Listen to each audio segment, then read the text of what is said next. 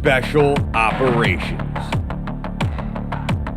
Covert Ops, Espionage, The Team House, with your hosts, Jack Murphy and David Park.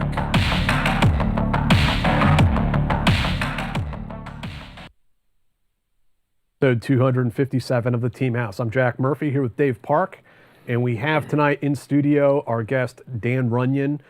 Dan is the author of Disciple of Chaos. He served in military intelligence and then went and served in special forces. Had two team leader positions, an ODA 555 and ODA 551, participating in both the invasion of Afghanistan and invasion of Iraq. Dan, thank you for joining us tonight. My opportunity. I appreciate it. Thank you. Yeah. So let's start at the beginning, man. Tell us a little bit about like what your upbringing was like and how that kind of brought you towards the military. So, watching a bunch of your previous episodes, it kind of the same way. You know, I grew up running around the hills, East Peoria. I had 3 acres behind the house.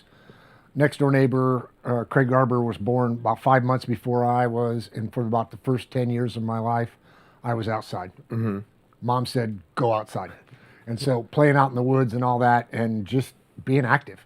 You know, we had a trampoline, so we're jumping until dark and you can't see each other. And, you know, Mom calls in and my dad was on the road a lot. So really just running around and being pretty hyper. You know, Mom said I had ants in my pants. And so always doing sports, always running around. You know, I went out for every sport in high school. And if it was a team sport, some of them I made, some I didn't. Didn't make basketball. Did football, couldn't catch, so they put me on defense. Fastest guy on the team, so I just knocked the ball down. Didn't make baseball, so I went out for track. And, you know, just did all the things that I like to do. Subjects that I liked, I did well in. Subjects that didn't make any sense, I didn't do so well in. So, you know, by the time it came time to graduate high school, I had this audacious plan. I'm going to go to college. I'm going to be in the 1984 Olympics. And then I realized that being the fast white guy in Illinois doesn't mean you're the fastest in the world. And realized, not going to be it. And besides that, my academic advisor sitting me down and saying, hey, you're doing really well in these classes and you're not doing really well in those classes. Do you see yourself being a metallurgical engineer in a room with no windows? And I'm like, no. So that I transferred and, went to college and went through ROTC. Dad said I should take a map reading course. And so it's about February of 1982. And the professor of military science says, hey, we're going to airborne school. We're going to send people. And afterwards I raised my hand. I go, I want to go to airborne school. I learned my sister went to airborne school. My dad went to airborne school. My brother-in-law went to airborne school. And he's like, oh, well, you got to take this PT test. And, you know, long story short, I went to airborne school. It was fine. July in Fort Benning, hotter than bloody blue blazes. Yeah. And, you know, so I went to finished up college and didn't know what I was going to do. I had a Bachelor of Science in Psychology, and I did not want to listen to people whine at me. So I went down to the recruiter and joined up, wanted to be a 98 Golf, a radio interceptor, didn't really know what that was, and that started it. So if you were an ROTC in college, how did you make that switch? Why'd you end up going enlisted? So ROTC kind of has that totem pole thing. Mm-hmm. So when I was at Iowa State and then I transferred to Knox College, you go back to the bottom of the totem pole and really wasn't up for the rankings of, you know, to get an active duty commission. And they were talking about reserve this and infantry. And I was like, I don't want to do that. So they gave me my little discharge from the Army of ROTC. And when I, finished college, and then I went straight and took that and went straight to the recruiter and said, hey, I want to go in. Interesting. And you didn't know what 98 Golf was or voice signal intercept. Like, did the recruiter sell you on that? Oh, no. So I did well on my GT score and well on my ASFAB. And I did well on the Defense Language Aptitude Battery. And he said, well, you can be an interrogator, an interceptor, and these other two things. And I didn't even know I don't even remember what the other two things was. And I'm like, well, I don't even know what the interrogator does, but it sounds like only wartime, and I don't want to do that. Right. So I want to be a radio interceptor. He's like, okay, you're the first one this year. And this is December. Yeah. So, yeah, so I just picked it by happenstance and went from there. And then did you agree on your language at that point? Was that baked into your contract? So it's funny you point that out. I'm in basic training. And you know, when you're towards the end, they give you your orders. And mine say Korean. And I was the honor grad at basic training, thank goodness. Colonel Brayboy comes up and says, great on PT test. I scored, 365 or something like that. And he goes, where are you going? I go, well, I'm going to DLI. He's like, what language? I said, well, I've got Korean. He goes, well, what do you want? I go, I want Russian. He goes, why? And I said, I took 2 years in college. He looked at Sergeant Major and he said, Sergeant Major, let's see what we can do. Drill sergeant telling me there ain't a chance in hell, takes an act of Congress, all the other lies they tell you. That next Tuesday, my language was changed to Russian. That's awesome. It was. Yeah. And so now you're off for a government-funded vacation at DLI. DLI, Monterey, California. When we got there, they had just opened what they called the Russian Village, was on the other side. Brand new barracks, high school schedule, college workload, being paid. It was awesome. Yeah. Because I had taken Russian in college, the first 6 months were easy. I got straight hundreds. Yeah. So. DLI is everything that's great about school and nothing that's bad about school. There's no homework really. There's, if you study in your spare time, that's on you. Yep. But there's no homework. There are no research papers. But class is very interactive. It's very active. It is. So it keeps you engaged. Yeah. In fact, you're right, because in the evenings I got bored, and so Pacific Grove High School was just on the other side of the fence. And I went over and talked to a guy named Steve Sosnowski, who was their varsity football coach, and asked him if I could be an assistant. So I was coaching receivers and defensive backs in the fall. So yeah, it was a great time. Yeah. And after you finish your language training, what's the next stop for you? So then you go to San Angelo, Texas, middle of West Texas.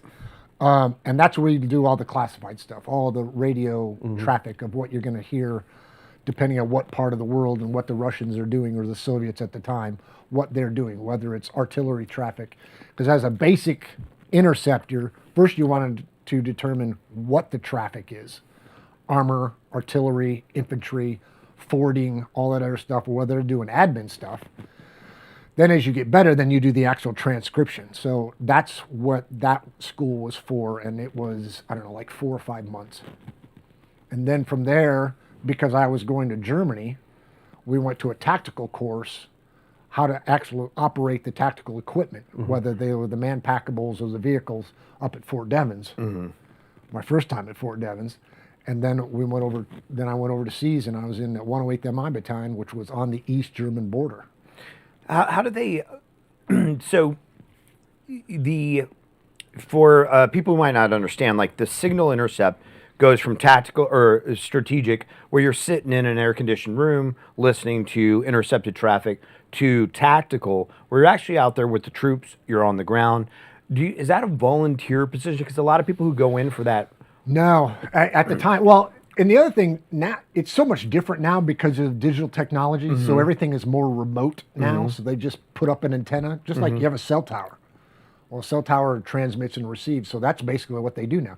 Almost nobody does it tactically except in a combat operation or a very specific mission that is tailored to right now at this place, at that location. So back then, it's just what they had. So we would go, to the border. I lived 7 kilometers from the border, and then I'd go to base and we'd get our equipment and then we'd go set up. Sometimes we went to hard stands like Woolback and everything else that was north of Fulda or stuff like that. But I think the only place there was Augsburg, Germany, and they were doing some of the remote stuff at that time. And that was the big strategic thing. Did you get to listen into the Ruskies plotting and planning on the other side of the Iron Well, it was funny Curtain? because you'd listen to them and they were more jacking around than we were. They were bored or they were drunk or they were doing whatever. And up north, they had what was called the Gotha training area. The Soviets literally filled in between two mountains to block the radio transmissions from their training area so that we couldn't intercept it. It didn't work, so we just went over to here so we could still, because everything's line of sight. Right. So, but you would hear them, the same level that we are, jacking around. One time we were at a hard stand and we're doing intercept, and it's New Year's, and this guy's drunk. He starts singing "Happy Birthday" in English because it's his birthday. Oh, too far. I wish we could have transmitted, because we would have said it right back to "Happy Birthday." But yeah, you just do stuff like that. Yeah. It's not. It would be rare that you caught something like the Third Shock Army coming through. Right. Even back in the 80s, we would have had some type of satellite, because you can't move 180 tanks without something finding. Right. So, And how long did you spend in that unit over in Germany? So I got there 87, 88, and then that was the end of my first enlistment. And I was planning on getting out. I was married at the time, married my college sweetheart. We had a boy.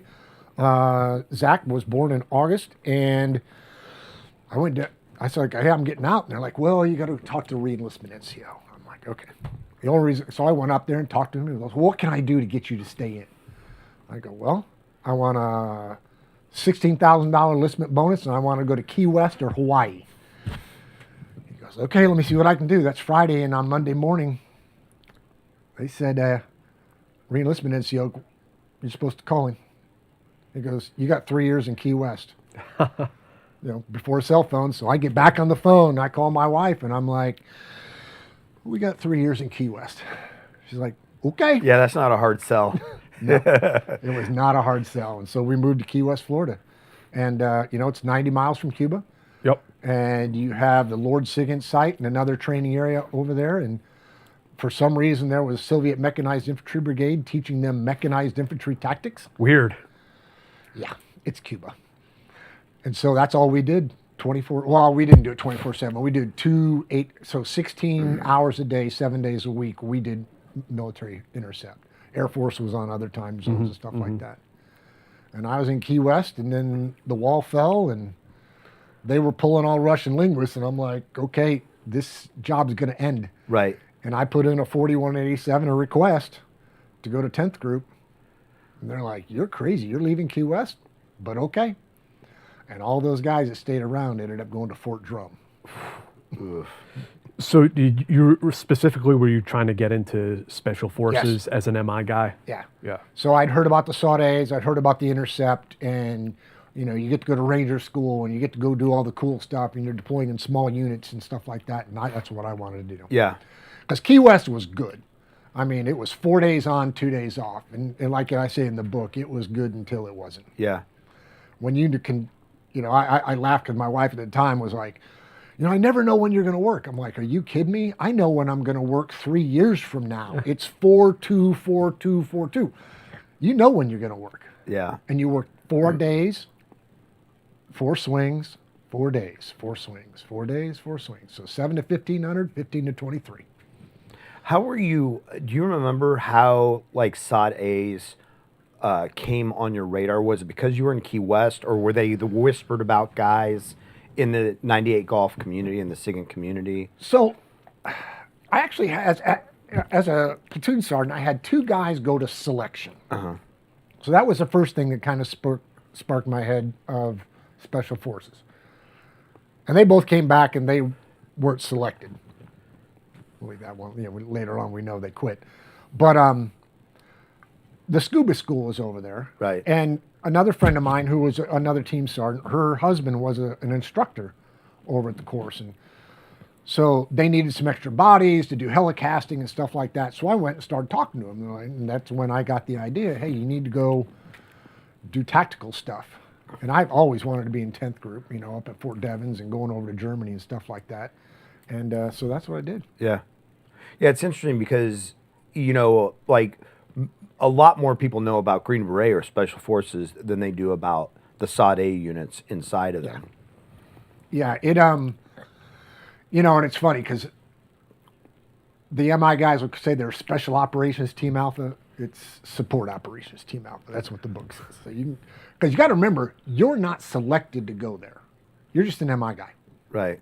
You weren't qualified. You didn't pass a selection or anything else. You're just assigned there.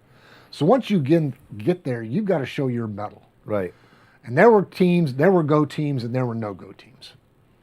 And, so going to Ranger School is one thing, trying to, because General Frank Toney was my second group commander, and he wanted the SOT-A's to be scuba qualified, because that's when Bosnia was starting to spin up, President Clinton. And he's wanting to, send us over and like, okay, yeah, but we're going to infill by scuba probably, so you got to get scuba qualified. So every 6 months we're doing a physical and we're going through pre-scuba and just getting our butts smoked. Yeah. Finally, he just sent us to the PADI course. I'm like, I don't care. We're going to send you in anyway. So that's where you start learning about all that stuff. And, and actually so 1992, when I signed into group, they handed you a Green Beret because that was the unit headgear. Right. And within 6 months, they were pulling General Shacknow and that whole story. They were pulling the Green Berets if you weren't, Q course qualified. Right. Unless you deployed overseas, and then you had, we were like pulling up a Maroon Beret, and then we're pulling up a Green Beret, and I was like, okay, whatever, it's just a hat, whatever. But it's not just a hat. How would they, like administratively, how would they work that? Because like you said, the SOT-A guys, these tactical SIGINTers, they didn't have to go through a selection, but in the right setting, they could be called upon to do very arduous missions. Correct. So would they try to, and also like Ranger School is a big thing for them, like you're supposed to be Ranger qualified and all this stuff. But it's a victor slot. Yeah. So how would they manage those teams? Would they try to spread the wealth, like put like the qualified guys with the unqualified guys to make a weak team stronger, or would they make like the strong teams really strong and leave the weak teams to like do their own thing? It depends on which battalion you were in. I was in 3rd Battalion, and we had 3 strong team leaders. Steve, Joe, and I were team leaders and on the SOT-A's, and we were just strong. That's the way it was. 2nd Battalion was a little different. They actually had better linguists, but they were tactically unsound. So it was weird. You would think they would do that, and they would get, and they didn't push Ranger School as much, and they should have, and it just became an availability. I mean, one time somebody said, hey, do you want to go to Ranger School? I'm like, yeah. They're like, pack your bags, you're leaving tomorrow. I'm like, no. I'm not leaving tomorrow. Think about if you showed up to Ranger School with 12 hours notice. Yeah. It wouldn't be so good. Yeah.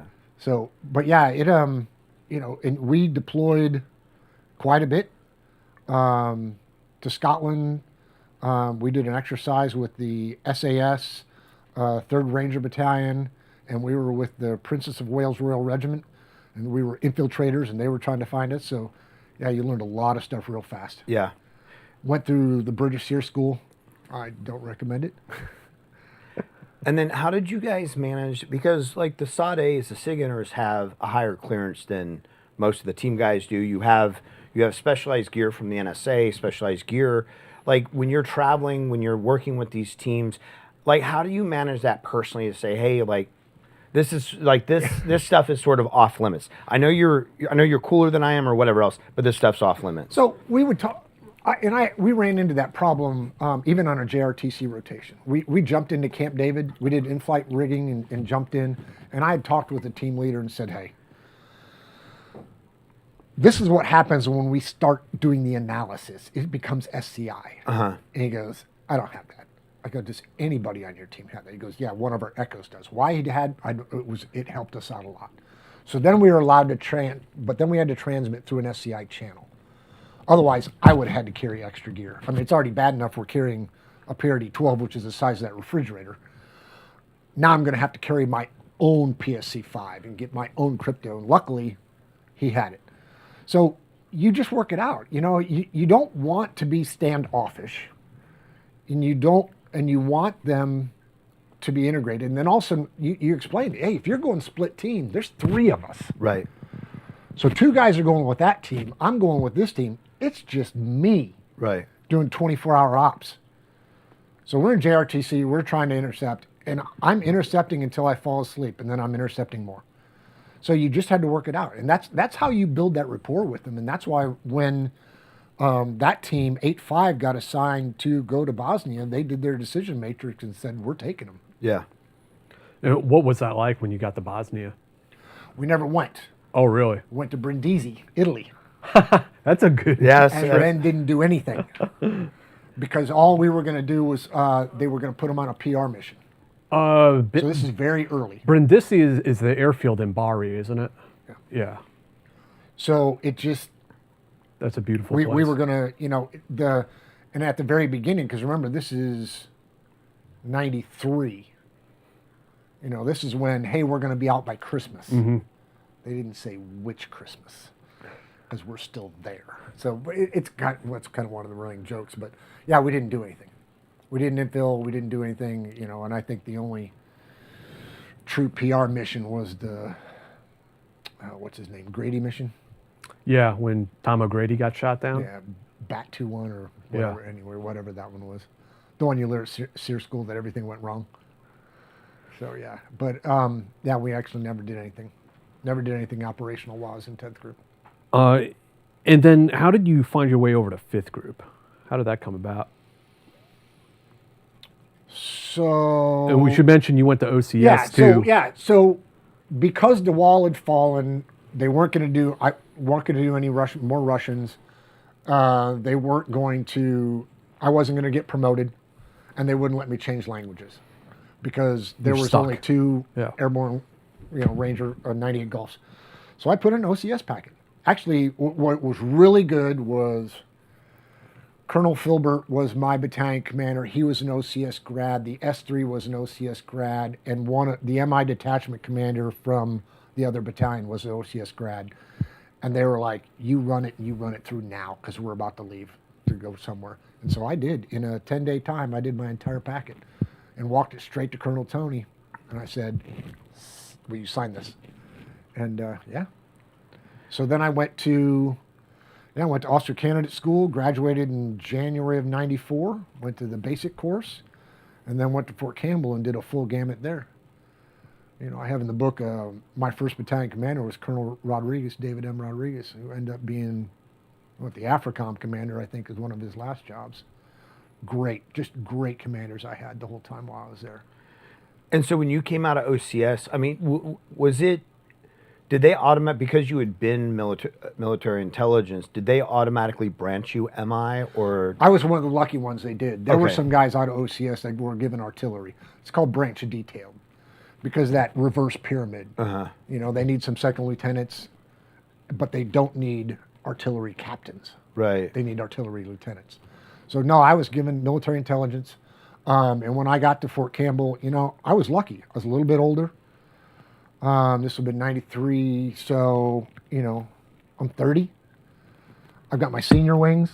I've got Ranger tab, and I'm a lieutenant walking into an infantry battalion. So I got some credibility. Right. And that helped a lot. Right.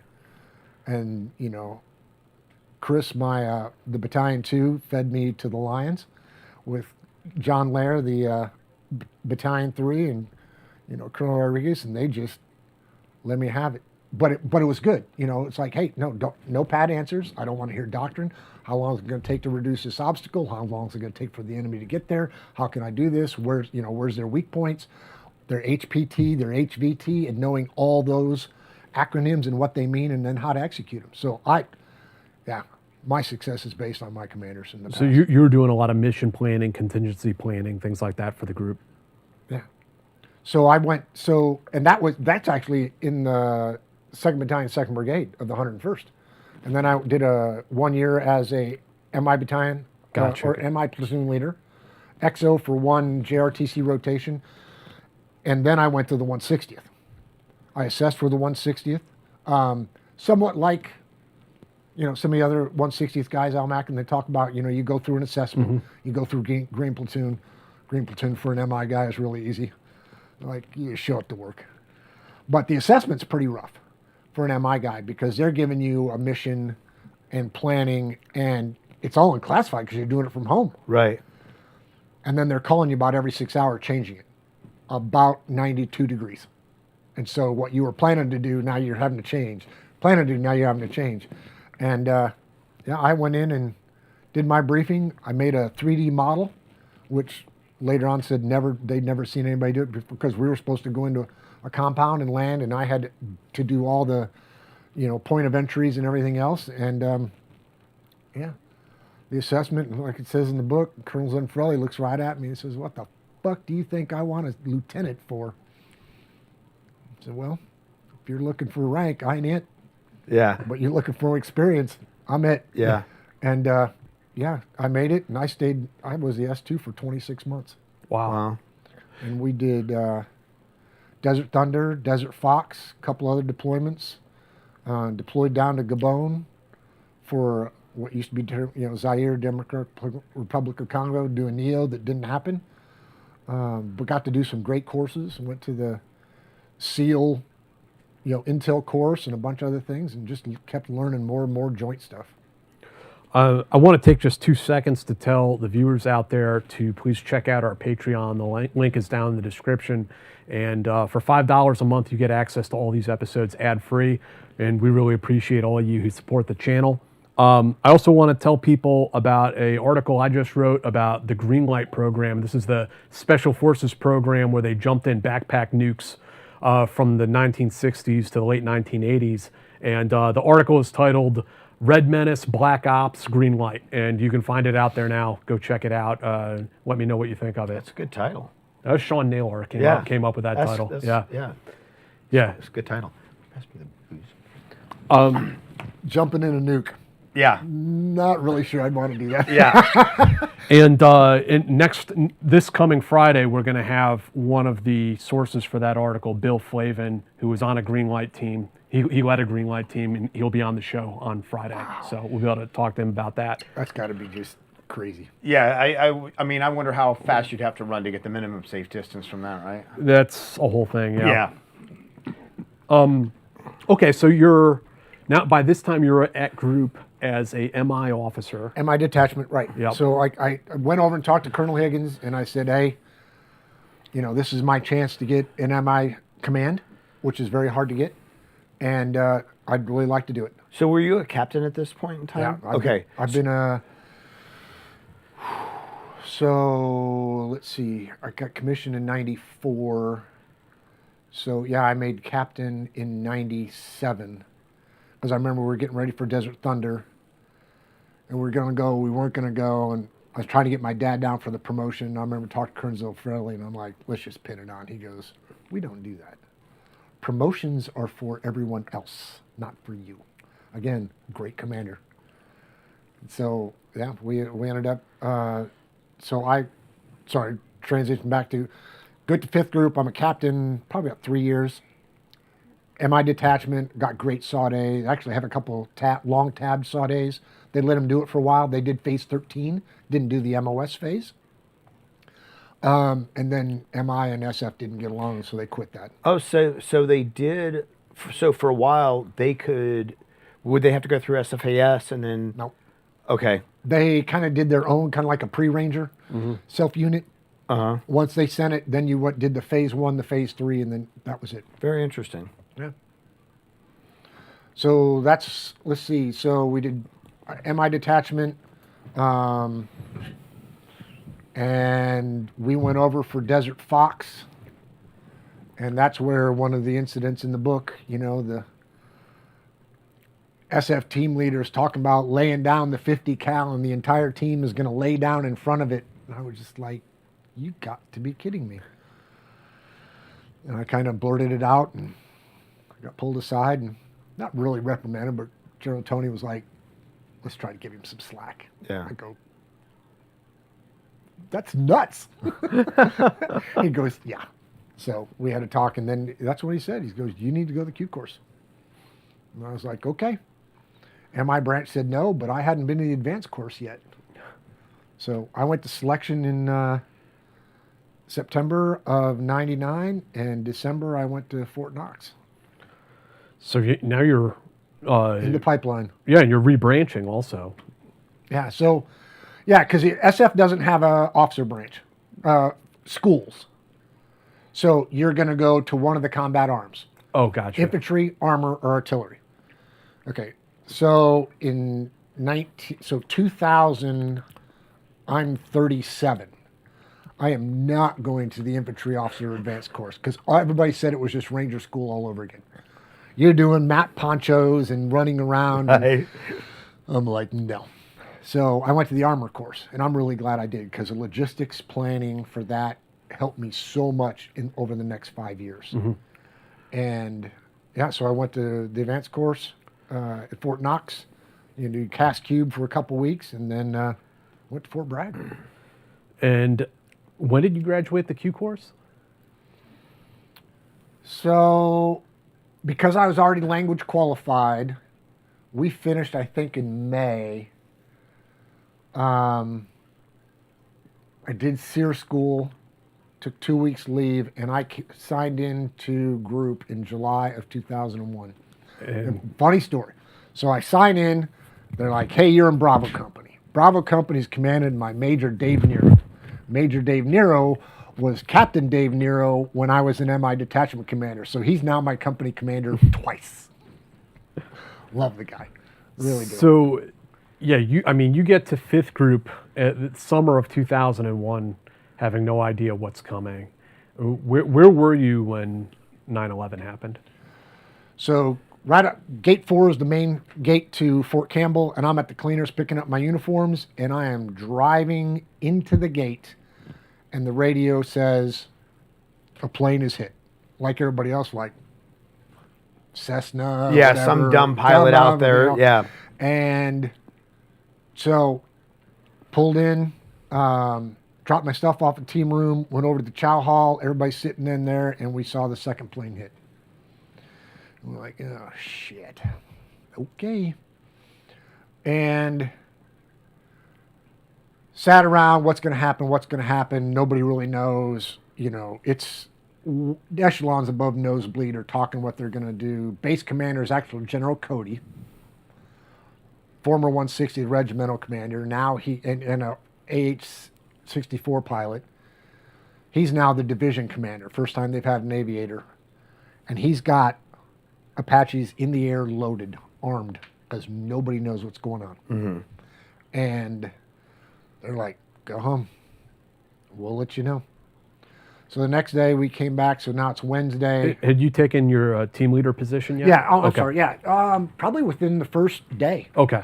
So, Yeah, came in, met everybody. Hey, yeah, great, little bit of background. There were 8 of us. And yeah, they should just go home. Next day, it took forever to get on post. And then they said, don't come back. Just stay home until Monday. And Saturday, I got a call saying, hey, you need to come into the group conference room. I'm like, what happened to come in Monday? I'm tearing apart my deck and everything else. But yeah, we come into the group conference room and they're like, gentlemen, you are leading your teams into Afghanistan. And Major Nero walks in and says, hey, you're now on 5-5 because your warrant has elected to have knee surgery and you're now below the number line. So you and one of your weapons guys is going to 5-5. 3 of your guys are going to 5-3. They went into Bamiyan. And my team sergeant and the Fox went to the B team. And when you say below the number line, you're saying there was a minimum threshold for the team size. Right. So they basically looked at the team across the board, and Colonel Mulholland stated that all teams going in would be full at 12. So if you were below 8 and below, you got parted out. So went over to 5-5, that put us at 11, and then we got an STS guy, and then, so that put us at 12. So that's how the teams all got filled up. Nobody had 12. Mm-hmm. They always joke around, if you see a 12-man team, take a picture. And it's still like that. So this is how you ended up on triple nickel. Correct. But you walked on there still on a team leader position? Yeah. So 5-5, I'm a captain. Kind of a little bit of jocularity going on, brand new captain out of the Q course, except for I'd been in 19 years, and I'm 39 years old. I'm older than the team sergeant.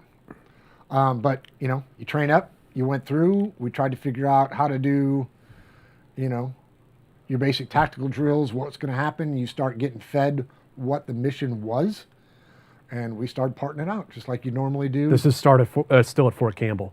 Yep. You guys We're in the go isolation in the facilities. ISAFACT? Yeah. Second battalion, our battalion is actually deployed to Jordan doing early Victor. But it was only it was the other two companies and the battalion staff. So the 1st battalion staff is working with us, doesn't know us from Adam, and we're trying to figure out what's going on. Nobody's been put into isolation like that in decades. Yeah. So we just start planning. And it was an open planning at the beginning. We could go home, and then we got to, 3 or 4 days prior to deploying, and then we were locked down. What was that process like? I mean, because you guys deployed to Uzbekistan, right? Correct. Yeah. We land at K2, and they're just building as fast as they can. And they're like, go lay down over there. And there was a pile of dirt over there, and they're like, when the sun comes up, we'll figure out what to do. It's just about sunrise, and somebody comes over yelling like, what are you doing? And they're like, we were told to lay over here. They're like, no, that's all the depleted uranium. You guys aren't supposed to be near it. That's awesome. Part of the chaos. Yeah. That's my book. So the whole team's over there now. Like, walk us through like a little bit of you guys like jocking up to go on this mission and the infiltration. So you're just a sponge, because you're pulling in every single time you're pulling in information, because there's not a lot of information. You're getting fed from other agencies. They don't even know what the weather's going to be. We're getting 60 degrees. We're getting 6 degrees. We're getting snow, hot. So I'm either going in full snivel gear and going to be a heat casualty, or I'm going to have it packed and I'm going to have a frostbite. Right. So we don't know what's going on. We don't know. It's fluid. And and I talked to Colonel Mulholland last September about it. That man had the hardest job in the world, because he's got 4 stars telling him what he's doing wrong. He's got team leaders, team sergeants going, why do I not know anything? Right. And it was really good to talk to him about that, because I don't envy that man at all. And he was operating under pressure, but also in a vacuum, just like everybody else. And it's like you're in Ranger School and you got your leadership role, your PL time. You're trying to get it out as fast as possible, but your head's swimming and people are feeding you stuff. Right. It's time. Yeah. So we were planning the best we could. And then we're getting, hey, you're going in civilian clothes. We don't have any civilian clothes. Hey, you're going in green BDUs. You're going in ACUs. You're going in, chocolate chips. You're like, they're sending a guy down to Uzbek, the Karshi-Khanabad, and he's coming back with FUBU wear. Yeah. And I'm not joking. Yeah. I'm like, yeah, you gotta be kidding me. I mean, there's a picture. I don't put it online because it's got other guys' faces in it, but we looked like the French Resistance from World War II. Yeah. We got chapeaus, and I'm like, we're gonna die. Right. So how did the infiltration finally take place, and like what was your conception of the mission by the time you deployed? So this was the first time that I really realized the value of being the S2 and the 160th. Because now I'm talking to the flight lead, and he was a BMQ pilot, basic mission qualified, when he first came in when I was the S2. So we had grown together, and we had learned, as I was learning about the aircraft, that aircraft don't have flares, chaffs, and pods. Pods are on submarines, so I don't brief that anymore. That was one of my briefings when I was JRTC as an S2. They're like, that's a submarine. I'm like, okay. So I'm learning all about the 47s and the factors and its capabilities and everything else, and he's briefing me, and I already know that. And so we're working on, okay, we're going to get in there. We've got to go across the Hindu Kush Mountains. The Hindu Kush Mountains have actually stop weather patterns. They're so tall. Well, a 47 can only go up so tall. You go above 10,000 feet, you start losing oxygen. And they only have enough oxygen for the crew chief and the pilots. So now we're talking about going in And my team isn't going to have any oxygen. And we're going to be up there for a good 45 minutes with little to no oxygen. And so when we're pushing up there, and I remember Joe telling me, he's like, I don't think we're going to make it.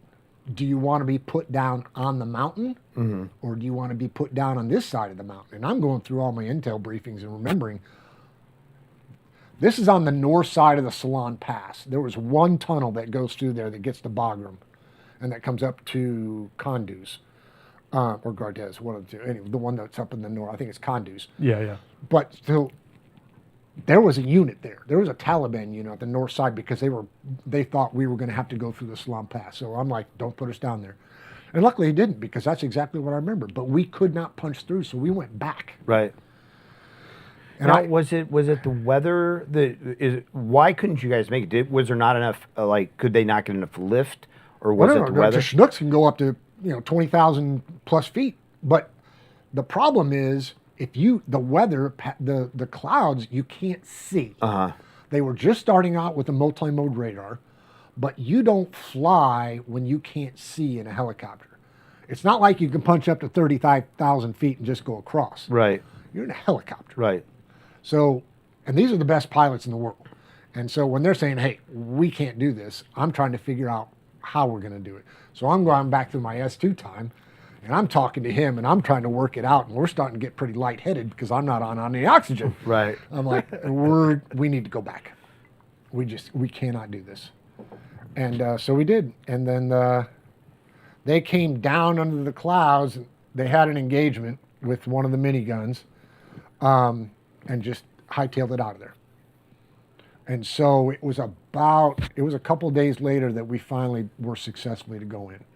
That's why we'll always say we're arguably the first team in, because we actually went in, but we didn't land. Right. So that's a fun jocularity between teams. So when you guys finally got on the ground, I mean, what was like the mission statement that the group commander gave to you guys? What were you know? It's funny because it's 3/4 of a page. That's it. Purpose, key tasks, end state.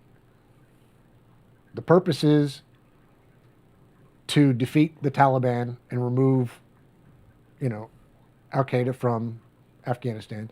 The key tasks are link up with the Northern Alliance, train them up. When the snow melts, start an offensive, capture Kabul. End state is Kabul is captured. That's it. Which we did very quickly. You guys did very quickly. We didn't wait for it, Yeah, the snow the to snow melt. right. We didn't even wait for it to snow. Right. We were so successful going in that nobody had the patience. As again, talking to Colonel Mulholland, the pressure from above was just too much. Yeah. You gotta go. Yeah. Your teams are in. Why are they going to wait 6 months? So we link up, and you got to do your bona fides, and these, remember, they're tribes. We've learned a lot about the Afghans. Mm-hmm. They are tribal, and they want to know. They do the small talk. They drink tea, and they figure out what you are and are you trustworthy and everything else. So that's what had to be built. And then all the other ancillary stuff that motivated them to actually move and want to do it. So you guys get on the ground, link up with the Northern Alliance, and then Who were you guys assigned to? Who was the So warlord? Masood was the big guy, Right. and Fahim Khan was his security guy. Didn't do so well.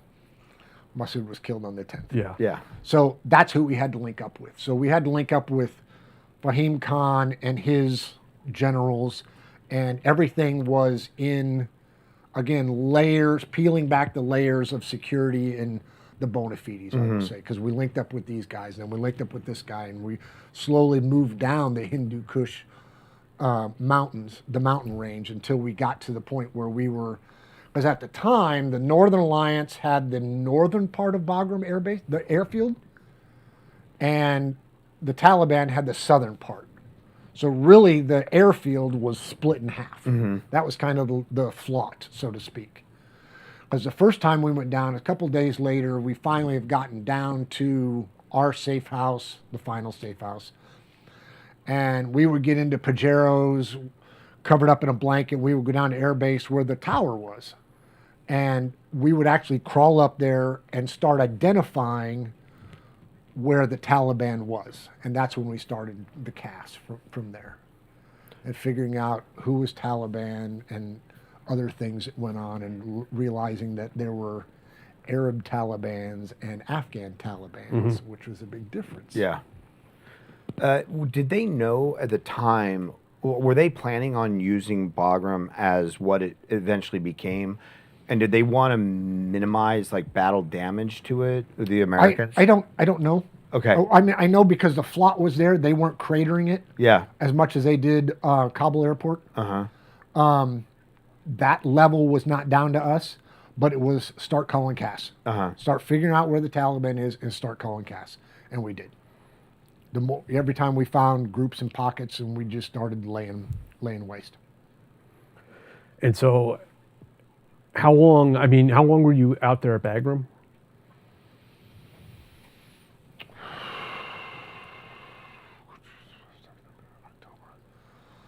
I think by 45 days later, we had captured Kabul. And that was, correct me if I'm wrong, that was kind of the end point for your ODA's mission, Yeah. right? When you got We were to done. Kabul. We were done. And other areas were faster. Some areas were not. There were more skirmishes. And then, as time came down and more of the IPB, the intel preparation of the battlefield, was done, more teams were going in. Because I think by the time we had stopped populating the country, we probably had 45 ODAs throughout. Wow. That's significant, really. Yeah, it was probably the largest in quite a while, if not ever. And we were postured for success. And how was, I mean, with that many ODAs, or even the build-up to that many ODAs over that time, how were the logistics and support for you guys from the American side? Just like an SF is supposed to be. You're going to have an SFOB, you're going to have AOBs, and everything comes down to log points. Log points turn to distribution points, distributions to teams. So you guys didn't outrun your headlights because you were advancing so quickly? No, no, because it wasn't. You weren't advancing. You were just pushing out. We had the nodes. So we had Bagram, Mazar-e Sharif, Herat, and Kandahar, and then you just started pushing out. Interesting. And then the guys that went into Bamiyan, which was into the mountains, the other direction from Bagram. And then Kunduz and Gardez and all those other, Jalalabad and Jacobabad and all those other, you just started populating out. So yeah, you never outran it, but you also did a lot of local procurement too. You know, all your rice and your goats and, water. Almost all those places have some type of natural water source, or they don't live there. Right. They don't have a Phoenix. Right. If there's no river there, they don't put people there. Right. So, it was pretty good. I mean, we did it good. Yeah. I mean, what did that feel like when you guys got down? Because there's that picture of Triple Nickel that, at least in my mind, it's fairly famous, if it's not famous to everyone watching, of you guys standing in front of the embassy, the American embassy in Kabul. It's just another team picture. There were caretakers. I still have some of the business cards that the ambassador left. I still got his stationery. It's just kind of surreal. There were certain areas. The initial push scared the crap out of the Taliban, and they ran. There were fights. There were firefights. And there were some teams that got into hell of firefights. But then there's some teams that just didn't. So the initial collapse was a false success. And is it accurate to say that for your team, most of the action was calling in CAS and acting as a coordinator for the Northern Alliance? Yeah, the guys did the fights going down, but it wasn't trench warfare. Sure. And the guys did great. All of them did, from the warrant, the team sergeant, all that. They did what they were supposed to do. but then idle minds in the city, and it's not so good. And how long were you guys down in Kabul before they finally said, like, okay, triple nickels out, like you've done enough, you did your mission? Well, I got pulled back up to Bagram, and where Major Nero was, the AOB, and then started working with Task Force Bowie when General Harrell came in, which was part of Anaconda. Okay. And then the team went back to K2, and then it's either the 3rd or the 13th of January, first group guy was killed. He was an 18 Echo Commo sergeant that was supporting another agency. And Are you talking killed. about Chapman? Yeah. Yeah. Yeah. He was killed by, I wouldn't say it's an errant bullet, but ambushed. And was shot and instantly killed. And they needed somebody to outrank him and escort his body back. And so I was told, grab your stuff, you're going now. So we left Bagram, went to K2. I had to shave, get a haircut, take a shower, change clothes. And then we went to Launchtool. And there I met his team sergeant and passed him on that way. And then I went back, but I went to K2 and I did land deconfliction because we had so many problems with ground verification, air-to-ground verification, stuff like that. That's what I did. And now it's getting so built up. I mean, everyone wants to get in on the war, right? Well, okay, so when I left Bagram Air Base, there was 135 people there.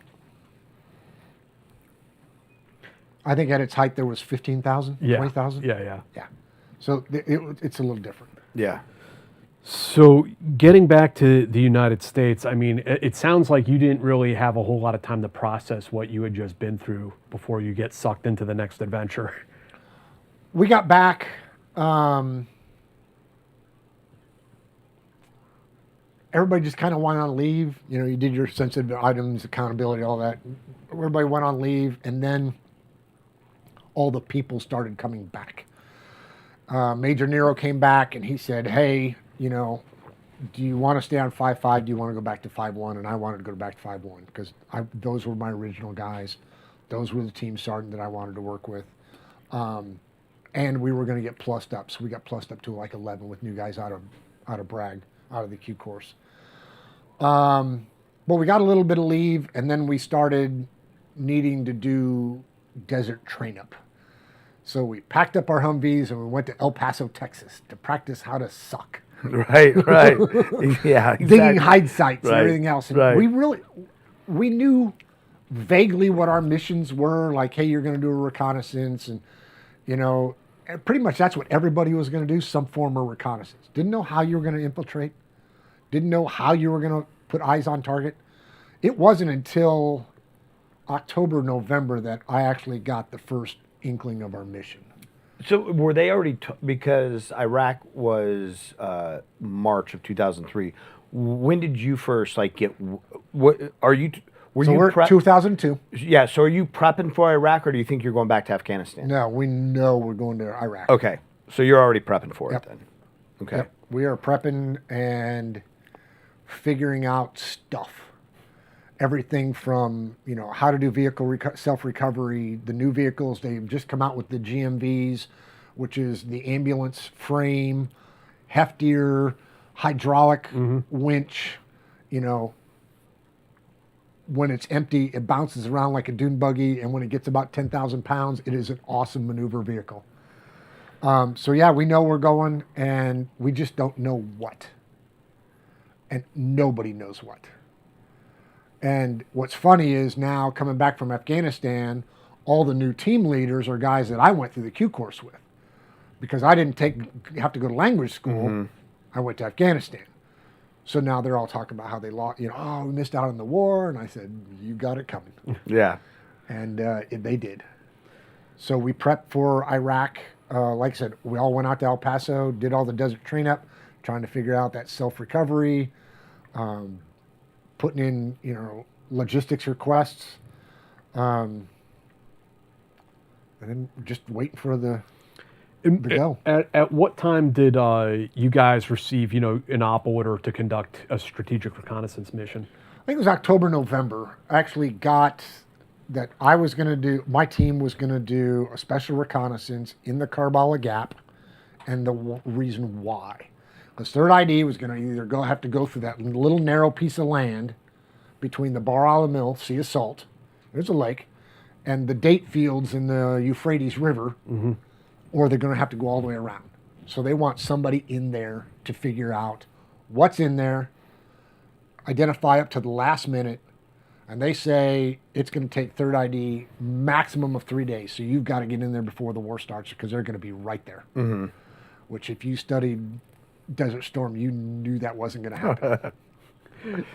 And having gone to the officer advanced course, knowing tanks and logistics, you knew it wasn't going to happen. I'm telling you, all this stuff just plays right into a story. And it Just out of curiosity, before we move on in Iraq, because you mentioned all these like new captains showing up saying, we missed Afghanistan, like we missed the war. And, now you're prepping for Iraq. But in your mind, like knowing what the key tasks of the Afghan mission were, and then, knowing how fast you guys got there, what had happened, did you have, like, how long did you expect us at that point in time to stay in Afghanistan? when we were in Afghanistan. No idea. I mean, I thought I had one vision that they were going to say, find a safe house. You're going to be here for a couple years until you build out, till you do what ended up being VSO, Village Stability Operations, right. Building your tribe, making sure everything's safe. But powers that be are like, yep, okay, we're good. I was home by Memorial Day. But what I mean though is like how, like the war effort was very successful from you guys. Did you expect the large conventional follow-on? Did you expect to be there for the next 20 years, or did you expect that it would be over shortly after you left? Well, the thing you find out, and I'm sure you guys are the same way, what happens in your bubble is all you know. Yeah. And over time, you start hearing more and more stories. I'm like, well, why did this happen? Why did that? And one of the greatest statements I've heard and I use is we weren't in Afghanistan for 20 years. We were in Afghanistan 1 year at a time, 20 times. Right. Yeah. Because when I listen to stories of everybody, it is the same thing every time. We don't hear the histories. We don't know what's hit. We didn't take that team and put them right back into Gardez every single time. We didn't just rotate two guys out at a time, keeping that team in our Gardez. So you're building that tribe's trust and just keep it going. Nope. New team leader, new team sergeant, right. New team this, new civil affairs team. You know, it just, yeah. We know it wasn't the right way. Yeah, it's interesting. So let's walk us through the infiltration piece for OIF. So take it as again, the advanced course at Fort Knox. I'm figuring out how the tanks are going to go through. First of all, how am I going to get there? Right. And nobody can tell me. Am I doing a C-130? I'm going to do air land and a dust landing. And then I remember back when I was in the 160, the Air Force doesn't do that. They say that a C-5 and a C-17 can do dust landings and C-130s. They won't. Right. So I'm like, okay, that's out. So am I going to go on a rat line? Am I going to dress up like a Bedouin? I stopped. They said no beards, but I started growing my Navy SEAL mustache. I mean, I'm like from the 70s. I'm all the way down here. I'm not cutting my hair. And I'm getting harassed by Sergeant Major. I go, Sergeant Major, do you know how I'm getting infilled? He's like, no. I go, I can cut my hair, but I can't grow it. Right. And my guys are going to do the same thing. I was like, you don't know. Right. So I don't know whether I'm going on a rat line. I don't know whether I'm going on camels, horses, goats, or by foot. And so we're just prepping. And I know that here's where I'm going to hide. And I want to go there about midnight. So I'm going to go this far back and put my remain over day sight and then do sequencing all the way back until I can infiltrate far enough away. So I started planning that. And it was funny. One of the guys, I don't know, 160th guy was talking about the software. It's called Falcon View. It's open source. It's out of Georgia Tech. Yeah. It is an unbelievable planning software. I planned my infiltration route while I was on staff duty from a laptop I took from the S2 shop that I had purchased when I was the MID commander. Yeah. And I am literally going through that on a Zaxport, just going through trying to figure out all the layers in how to do an infiltration and figuring out where the main lines of communication, staying away from the main lines of communication. Where are the wadis? Where are the riverbeds? Where are the sources of water that I've got to avoid? Where are the, look at, because there's a certain image that you can see where cattle or some type of animal has probably walked for the last 1,000 years, if not 10,000 years. This is Mesopotamia. Yeah. Garden of Eden's right over here. Right. So you could see where these things walk. So you're going to have to avoid those. So I'm going through all that stuff. And finally, so I don't know whether I'm taking Toyota Tacomas in. We talked to Toyota and like, hey, if we take all the doors, they're like, don't take all the doors off because you lose the integrity of the cabin. You got to keep at least 2 doors on because they said, I'm like, okay. And then, or a Toyota Hilux. Am I getting 53s? Well, on a 53, I can't take any of this stuff. I got to take that stuff. If I get a 47, I can put anything on there. C-130, I can put even more stuff on. So we were just going through all the possibilities. And while we were in isolation in Kuwait, that's what we're going through. And I remember being told, like, okay, hey, we got the orders, you're going. And I go up to the S3 shop, and that's when General Granger, or whatever, briefs about where he'd put an SF team. Yeah, third ID is going to have to go right here. And he puts his finger right exactly at my recon site. I'd put an SF team right here. He's on CNN. Yeah. CNN. Yeah. The night before I'm going in. Thank you very much. Yeah. I'm like, whatever. But, yeah, so they're like, hey, you're going to take a C-130 over to this point. You're going to link up with 3rd Battalion 160th. I go, who's the commander? Bob Welch. Bob Welch is a brother of another guy, another Welch, a great friend of mine, the S3 in our battalion, when I was the S2. And so we're going to grab the 47s and we're going down to RR to refuel, and then we're going to punch in. And so, yeah, we land. I go over and talk to Colonel Welch. And I'd been to his wedding. So everything, again, starts clicking and everything. And we start doing all the planning, and I find the flight lead, and we're trying to figure it out. And, and I got to do what's called a helicopter factor. If you need 3, you make 4, because something's going to happen. It did. We were so heavy. Every single one of our Humvees was 14,000 pounds. Wow. And they had done some maneuver and broke a landing gear. So they had one of the teams had one of my vehicles had to come off that helicopter and go on to another one. And we went down into RR to do the refueling, and that's when we were, that point in Top Gun Maverick where those T-Lambs are going? We were flying under that. Under the Tomahawk cruise missiles. Under the Tomahawk. I mean, if I saw that movie, that would have been exactly what I saw. I could see those under my nods. Wow. And they're sitting on the tailgate of a 47. Like several hundred of them going overhead. Yeah. That's fucking insane. It's amazing. Yeah. And it's actually one of the crew chiefs that I knew from before. The whole thing was just, you're like, this is awesome. Sharing that moment, yeah. So just to lay out sort of like the table of organization and equipment a little bit. So 12-man ODA, going behind enemy lines to do this SR 350 mission. miles behind enemy lines. And you have what, 3 I got GMVs? 3 gun trucks. So Taking how many birds over the border? 3? So 3 plus 2 DAPs. Okay. Okay. And I don't know if the little birds cleared the trenches first or they did. But you heard a lot of Yeah. But yeah, so the DAPs were leading.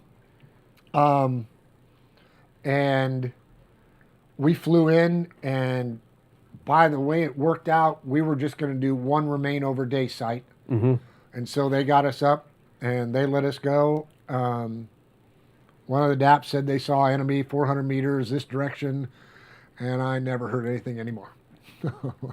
You did it to me again, because they did that in Afghanistan. Oh, you got enemy over here.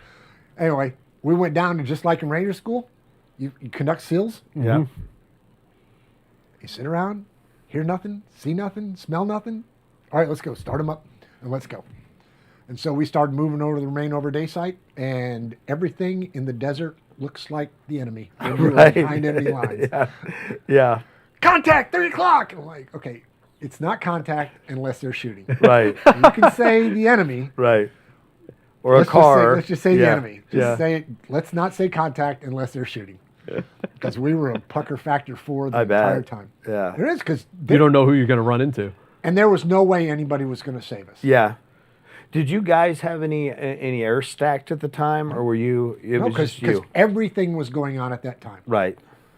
You've got the border crossing way down south. I know they're doing some attack runs. The Tomahawks just hit, Yeah. and that's always preparatory strike. Right. So you got infiltrated the same night that they were pushing across the berm. I honestly don't remember. Yeah. But I know it was the same night as the shock and awe. Yeah. yeah, it must have been right around there. Right around, Yeah. a couple Yeah. days before, right around.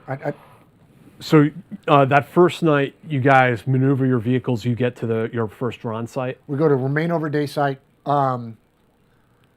It is basically a depression. And There's a picture in your book, right? yeah, there's a depression. And if you walk out there, the only thing you could see was if a guy was standing up out of the turret, which was perfect.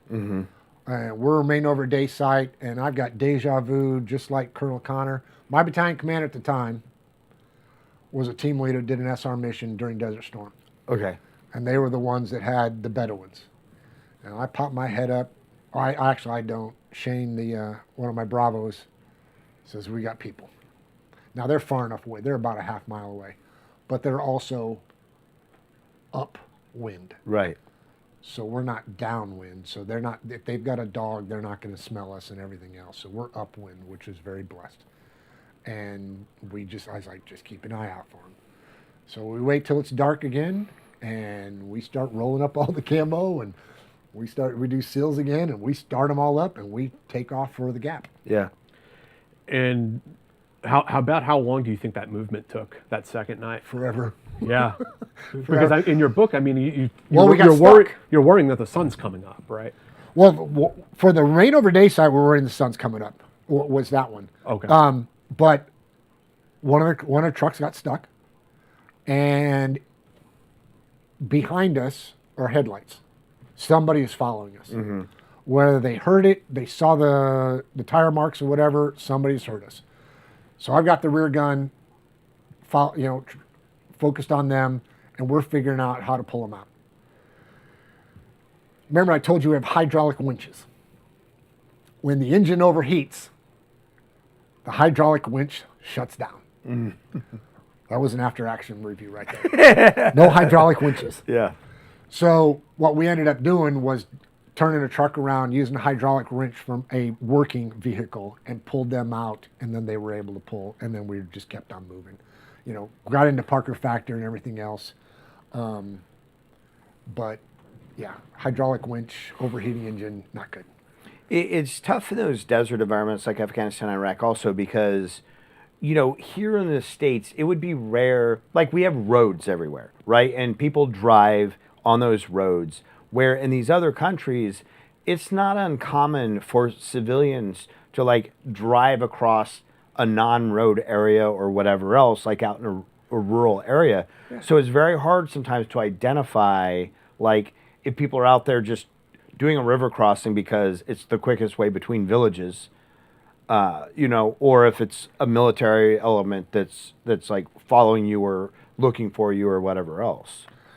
But you have as a former S2, you always think like the enemy. Yeah. Where are they? Where are they moving? Yeah. Who are your threats? And a lot of times it's just civilians. Yeah. You've got Bedouins everywhere. Yeah. So then you're looking for animal tracks. Yeah. Water sources, shade, the date palm forest and stuff like that. So you can't avoid everything. Right. But you can bypass. Right. You can dogleg a lot of things, and that's what we did. So one of the reasons it took you so long, not just because the truck got stuck, but because you're not just going from A to B, you're making this circuitous. We are on a very circuitous route. Yeah. I mean, I think it was 54 points in the E-Trex I put in. Wow. Because I wanted to avoid all of that stuff. Right. You don't need any high ground, which is where they're going to be lazy and they're going to sit up on. Right. And whether they've got their Thuraya phones and it's just a Bedouin, he's like, hey, Yeah. I want my 100 dinar. I just saw a truck come by at 1 a.m. You know, so you're avoiding all of that stuff. So tell us about maneuvering the vehicles into your LPOP. Like, it sounds like you actually identified a pretty effective place from the map reconnaissance. Again, by luck. So a couple funny things when you're doing translations and having been a former linguist. The gap, we were told, is heavily mined. Well, when you're a defensive guy, that means they're putting landmines everywhere. Mm-hmm. What we later find out, it was heavily mined for gypsum. Okay. Right. Great. Right. And it's an old gypsum mine, so now it's an artillery impact area. So, yeah, so I'd seen the divots, I'd seen the depressions and everything else. I'm like, okay, that's probably the place we're going to play. We're going to avoid this power plant, cement plant over here. There's this road on the southern edge that in satellite imagery looks like an oil trench. And these guys are U.S. analysts, I don't know. Oh, they filled it with oil. Like, what are you talking about? This isn't 1990. This is 2000. They're not filling this with oil. Right. It's just going to absorb. Well, we find out it was an asphalt road. I'm like, how do you? I mean, it looks like radial imagery. It looks like oil because that's what asphalt's made of. But I'm like, how do you miss all the construction equipment that it took to make this road? So anyway, we come across the road. We get down. And it's a great hide site. I mean, it is. We got down in the river and we did a hard turn. Chris found it and walked in. And I mean, it is probably 10 to 15 feet taller than the vehicles. And we can come in and we can get all three in a kind of a chicken foot pattern. Mm-hmm. We've got perfect camouflage. We've got those camouflage and we just start putting up. We do our little perimeter, ranger base operations and, just start putting up eyes on and watching the road that goes up to south, watching the road that goes from east to west, and just looking. Did you guys like dig spider holes or do hide sites? You didn't have to where we were at. Yeah. We started pushing out patrols at night. Mm-hmm. The problem is we didn't want to get too separated because we're just in the middle of nowhere. Yeah. And I had the same faith in Iraq that I had in Afghanistan that we weren't going to get CAS for 35 to 40 minutes. Right. That's a long time to be shot at. Right. And I wasn't going through that again. Yeah. And because all the vehicles were in defilade, we couldn't even use a vehicle to help. Right. The walls are like this. Right. So yeah, it was on your belly, crawling up at night, and then just looking, and then after day 4 is when the Shamal hit, Jessica Lynch era. That big. We've talked about it on here a few times. Yeah. Yeah, we were in full Yeah. mask and everything else, and just. It was great. Yeah. We were Christmas dust cookies is what we were. Covering the guns, just trying to survive. I've got Oakleys with pits in them. From the pit, from the sand. And there were a few other maybe in retrospect they're funny. There's some problems with the FBCB2. So yeah, the Blue Force tracker. So because we're in the defilade, and the takeoff angle, just go to the end, the takeoff angle is like at 9 degrees or 10 degrees. So that first night we we're sending in our Angus report. We come back up, they're like, hey, but we've been trying to call you. It's like, dude, we're right here. They're like, we thought you were dead. Because nobody can see a Blue Force tracker. Mm-hmm. So we had to dismount one and stick it up there because, again, we were so low. And from then on, we were getting calls from that attack helicopter regiment that came through, British Tornadoes, and everybody else saying, hey, what are you doing down there? Our JTAC is talking to everybody. Yeah. They're like, we see a Blue Force tracker. We thought it was something weird. We didn't know anybody was up here. And they're just talking. And that's also when third ID was slowed due to the dust storm. That's when I got word afterwards that President Bush and Rumsfeld kept asking. They're like, hey, how's that team? And CENTCOM is like the only good thing that was happening was there was an SF team out in the middle of nowhere. Yeah. And it's still blinking. It's scary that these air units though were passing by you and saying that they didn't know anybody was up there because if they would have, it's just from that Blue Force tracker. But the thing is, they don't have Blue Force trackers. Right. And Stinky had his IFF, but he has to be transmitting when it's IFF, or he has to turn it on because those things don't have batteries for 10 days. And our 3-day mission ended up being 9.5 days. Yeah. And then the other, maybe humorous only in retrospect is the batteries in the vehicles dying. So yeah, that. So because you're so far in front of everybody, and diesel engines are not quiet, we didn't run them. We also weren't run. We were only running one radio, and it was a man pack. Mm-hmm. But there's a trickle drain on your Humvees, Mm-hmm. and they were dead. When it came time to come, it was like click click, and you know that sound when you hit your car. Not good. Click click click click. I'm like, okay, what are we gonna do? And for some reason, when I left the house at Fort Campbell, I grabbed a spool of wire, and we started doing everything in parallel and series of all the vehicles together. Daisy chained them together. Daisy chained together and started that one. And then moved it over to the second one, started that one, moved it over to the third one. Because you don't have jumper cables. Right. You have slave cables. That was another AAR comment. You can't jump something like that if you don't have jumper cables. Yeah. So, yeah. You were out there flapping. That's why, the Immaculate Mission is what it's called in John Gresham's book, Beyond Hell and Back. Okay.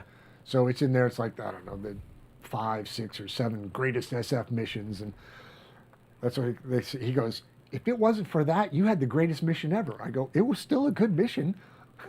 Right. We screwed up on the radios, but it was still a good mission. But you were still able to self-recover though. Like you didn't have to blow the vehicles in place and hump it out because you couldn't get them going. We weren't going to do that because the next couple of days we went from bad to worse. Yeah. So, and then tell us about, when Third ID finally does push up to your location, how your mission starts to change. So, you have to do a passage of lines somehow. Mm-hmm. And I knew that I wasn't going to go with all these young privates driving these 54-ton tanks coming forward and got gunners and everything else. I am not popping my head out going, we're here. Right. So we're going to do a passage of lines by bypass. We're going to stay underground. Well, we're going to move from where we were at farther south. We're going to stay underground. And then once the lead element gets past, they're going to stop. And then we're going to do an ISLID laser and rope them in. So we did that. We got there early. Ended up going through a minefield, which we didn't realize. For real, a minefield. A real minefield. Yeah. Yeah. A real minefield. In fact, Chris, the Fox, actually walked us through it. Yeah. And so we got there early. All the engines were cold, and they couldn't see us on thermals. I go, because we're defilade. I said, just look for the ISLID. And they saw it, and then they brought up a scout section, and we briefed the lead company commander, then the lead battalion commander, the lead brigade commander, right now all over this, where we had identified the minefields that we saw. Mm-hmm. And I told him, I go, this is what we've seen. There may be others. Just because I'm not writing it doesn't mean, because I'm not putting that on myself. Right. I'm not going to say, hey, you said there were no minefields. No, I said I didn't see one. So they went through pretty successful. They actually were able to plow those minefields through, and they went through the dam and all the way to Baghdad. Did they have with construction dozers? Or how they had dozers, but it was really for TOC stuff. They had, with the tanks, they had the mine clearing plows and rollers and chains. I mean, all the stuff you've ever seen in conventional. They had all that stuff. But the dozers were mainly just to dig berms around TOCs. How were you guys able to identify the minefields? What were the telltale signatures? Well, on the way in, we just drove The luck of God is what that was. And on the way out, you just saw them. Now, the hasty ones, they just did hasty. I mean, you saw foreign military mines is what I will just leave it at that. All those countries that signed we're not going to use mines, or they traded them for oil. Yeah. They were all over the place and literally just sat there. Okay. On roads, some semi-buried in the dirt, tickle sticks up top, all over the place. Rarely did we see any, except on our exfil, that were actually buried. And then after you got reintegrated back in with American forces, you're no longer behind enemy lines. It sounded like there was a lot of frustration on your part. It's like, what's my next mission? What am I supposed to be doing? So yeah, I mean, we're not even in the fog of war. We're back into chaos. That's why I had to put this in the book. You know, Linda Robinson wrote the book Masters of Chaos. Mm-hmm. I'm just a disciple of chaos. I'm not the master of it because it's just crazy. Yeah, so we'd been around Karbala for so long, and 3rd ID had basically did a blocking position. And then we found out the 101st was to do a relief in place. But the brigade commander, 3rd ID, has no idea what's going on. So I'm calling, and 5th group's like, "Hey, go talk to the 101st." I'm like, "Well, you want to look up the CEOI or anything, the phone book, and I can't find anybody." So literally, we bounce around the next 3 days trying to find them, and nobody knows, or nobody's going to tell us. And the brigade talk, and then the division TAC, and then division talk, which is like 4 circus tents. And I got colonels going, "Well, who are you?" I'm like, "Well, I'm the team leader. I've been here for 2 weeks. I'm just trying to help." And we couldn't figure it out. And then went back up, and when I was talking to the brigade commander, that's when the 101st did their air assault inside, and then that was the Battle of Karbala. And I'm trying to recall from the book, it sounded like you guys ended up inside one of the cities, right? So yeah, after the clearing, the surrender of all the people, the fighters in Karbala, we actually went into the city. Mm-hmm. And that was when they said, "Okay, you need to basically start up the city. Figure out who the government is, right. Start them up, figure out who the mayor is, vet them, figure out, get it standing up, because you're not leaving until they can stand on their own." So we went in, saw this one area, double-walled compound, ended up being Karbala University. Pulled in there. They were waving us down, and we went in and talked to them, and we're figuring out why they were waving us. Well, because they were getting looted. Right. People were coming in, breaking stuff, stealing computers, and they're like, "Will you stay here?" Mm-hmm. So, Alex, team sergeant, and I, we were talking about it. It's like, "Hey, it's a double-walled compound. We just got to figure out how to defend it, because we've still got to do Green Beret stuff." Mm-hmm. And the Bravos did great setting it up. Got a couple of the local families to live. There were huts in each of the cardinal direction corners. So the payment for them was, "Hey, we'll give you enough money for food. You tell us what's going on, and you fire your gun if anybody comes over the wall. Don't shoot them, just fire the gun, and then we'll come running." And then we started working with the school and then the conventional forces as they came through, because 11 SF guys can either defend themselves or they can do operations. You can't do both. Right. So that's when, as teams units were coming through, we had 82nd, we had the Marines, we had brigades and battalions were coming through in exchange for getting them chicken dinners or having a place for them to sleep in a protected area. They would pull security for us. So we did that for probably the next 3 months.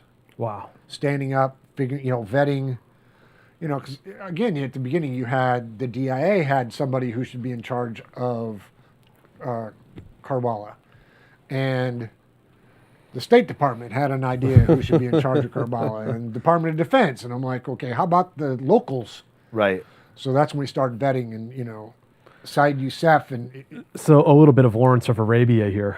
It was crazy. Yeah. And how were there multiple families vying for influence? Like, how are you navigating the social situation to set up the next Karbala government? The way they do your security clearance, You Yeah. pick your friends. Yeah. Right. Then they go talk to your friends and say, who is his friends? You don't go talk to them. You talk to the third ring. Right. That's the way you do it.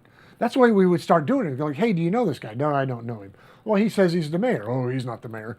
Or I don't know who the mayor was. There's some people that just didn't know. Right.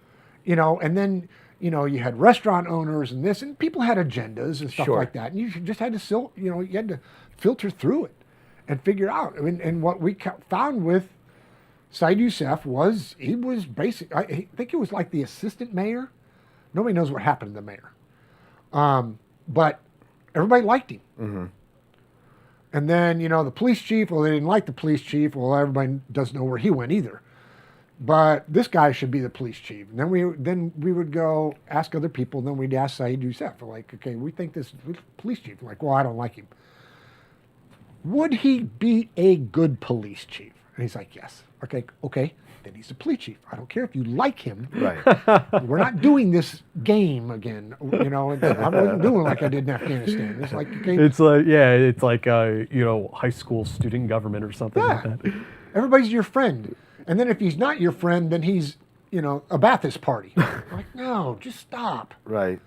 It's like modern day swatting is what people are doing. Oh, I don't like Jack. We're going to swat his house tonight. Oh my God, there's a lady screaming. She's going to die. No, that's what they were doing. We were doing it all the time. Yeah. So yeah, for the next 90 days, we were just trying to figure out and let them stand their own government up. And, and I got a hold of Major Nero, or Major Loman, actually, this is now Major Loman, the new company commander.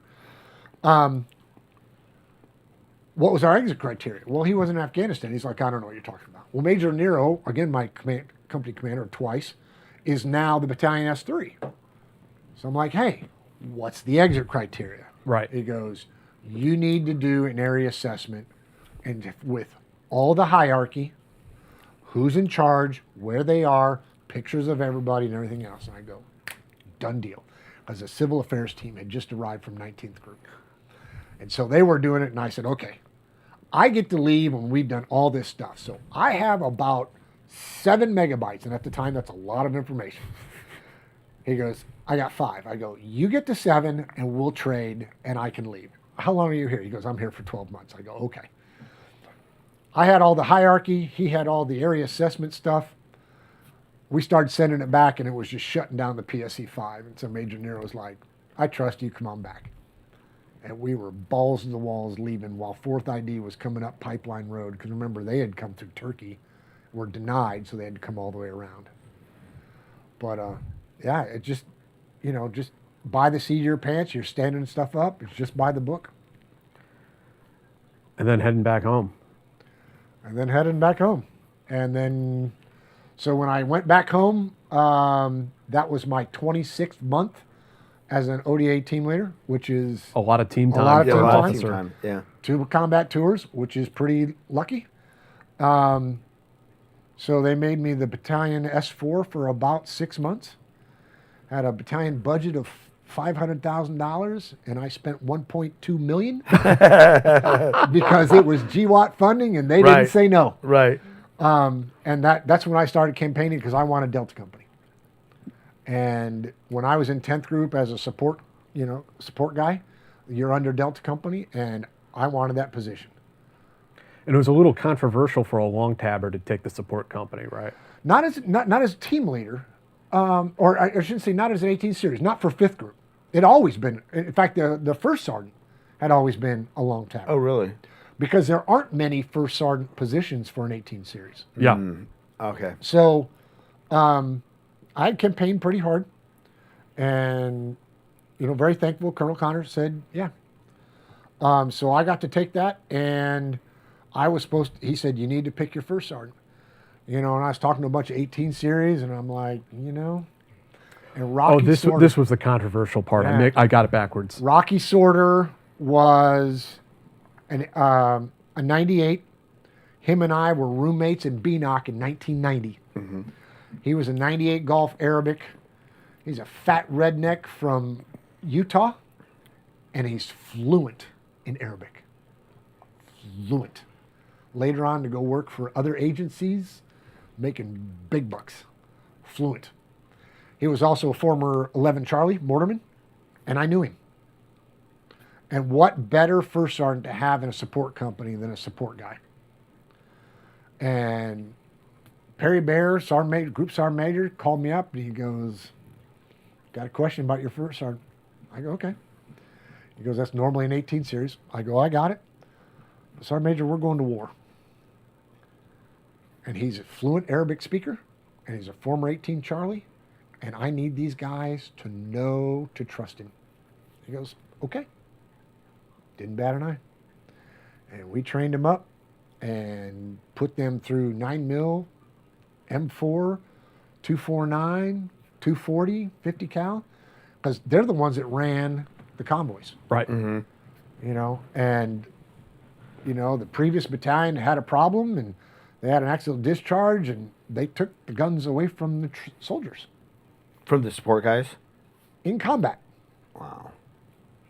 I don't know if you can even legally do that. I don't know. So they're So running. that- So they're were they going out running? doing convoy- Were they running convoys without weapons? No, then? they gave them the weapons. Okay. Yeah, so they went to they did weapons, but see, they never did live fire test fires. They didn't have straight SOPs. They had a couple little things, and I'm just like, no, you. So I had my support team leader was a former Marine. Came in as now a logistics guy, so he's a support platoon leader, and I had a guy as an 18 Echo. Was in between teams, and I said, you guys are the convoy commanders. You're the NCO, you're the officer. Every convoy that goes out, you go out. Anybody that comes on your convoy, you're the convoy commander. I don't care whether it's me, I'm now a major. I don't care whether it's the colonel. I don't care if it's the general officer. You're the convoy commander. They're like, sir, I can't do that. I'm like, no, you have to. You know the SOPs. Right. You know the calls. You know the combat. You know what everybody's going to do. You know who to call. You know the call signs. You know the frequencies. You're going to do it every single time. You'll do a pre-brief. You'll do a live fire weapons check. And you'll do an AAR. And you'll recover the vehicles, getting ready to do a convoy for the next day. Every single time. And I still have the logs. In fact, we've used the logs because a couple guys later on were wanting the combat action badge. But yeah, I still have the logs. Every single one of them. How many convoys did they run during that deployment? They did 73. Wow. 54 contacts. Doing 54 contacts 54 and 73. contacts. That's incredible. That's crazy. running all the logistics to different fifth group teams around Iraq. Not just fifth group, down in the green zone too. Oh, okay. Yeah. We, I remember a couple of them. Because when I went, I was a 50 cal gunner. Major Smith, the battalion XO, 50 cal gunner, when he went. Because that was the most casualty producing weapon, but it's also a lot of the support guys didn't get to that level. Right. I saw an 18 Bravo, a weapons sergeant, have a misfire on a 50 cal at the enemy because he didn't double charge it. Ugh. You got to double charge. He didn't. Ka-chunk. So, no. So yeah, I was probably the most senior ranking gunner in all of the convoys. But I remember one of them because we were going to April Uprising 2004. Mm-hmm. Sergeant Major Stack had not gotten killed yet. We were going to Taji. No, not Taji. Ramadi from Fallujah. We had put in a team on the other side, 4-2, and the enemy had basically cut off their power. And they're like, oh, we need power. I'm like, okay. So we got 240 kW generators, put them on a semi, put their water, their food, and everything else in that semi, and we're going loaded for bear. So we put, by this time, we have double armed most of the Humvees. The picture on the banner, that is a Kevlar seat, because we started putting Kevlar seats in the Humvees. That is actually a Kevlar seat mounted on a pod, and that is a 240 Golf on the front, and I'm in back. So I've got a turret with a 50 cal gunner, and I got a 240. We've taken 1-inch plywood in draped Kevlar blankets, so I've got some protection in the front, and I've got my seat in the back. And we're going to Fallujah. And both directions were in firefights. Mad Max. Yeah. Just because they are, just like Jay was talking about, they were back from the windows shooting. Mm-hmm. They were actually the second buildings. Yeah. And, aim small, be small. Yeah. Yeah. Yeah. And it's when they're doing stuff like that, it's so hard to identify, first off, where the fires come from, and then to engage them back, because you don't. Well, it's funny because Yeah. when we pulled up there, the Marines had the highway blocked because it's an elevated highway around the east and the north side.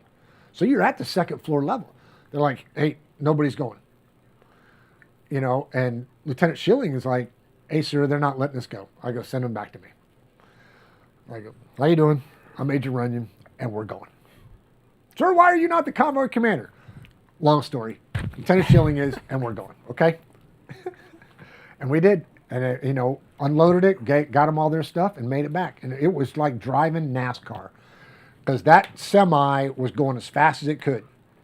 And we had a tire on the back of the lead Humvee, so he would just bump it.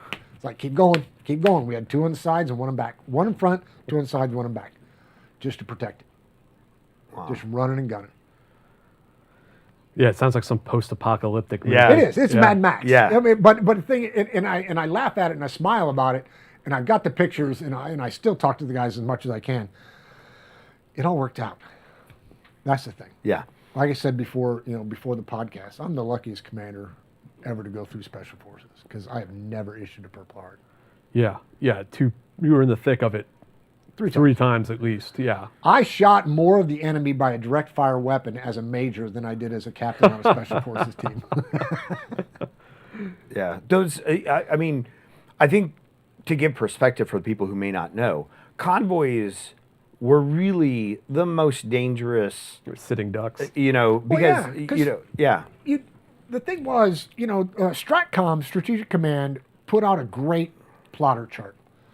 So it's got 24 hours in it, and then it's got all the contacts and what type of contacts and everything else. And when you're going down to Route Tampa, and there are IEDs every single morning. Right. Between 7:30 and 8 o'clock. Guess what? Don't go there between 7:30 and 8 o'clock. Let everybody else, and I feel sorry for him, let everybody else absorb all the IEDs. Mm-hmm. It don't have to be me. I remember Sergeant Major asking, he's like, how come you guys aren't leaving first thing in the morning? I go, Sergeant Major, and I told him, he goes, okay. But the other thing was, you get stuck someplace at night, stop, and you stay there. Yeah. You always prepare for overnights. Yeah.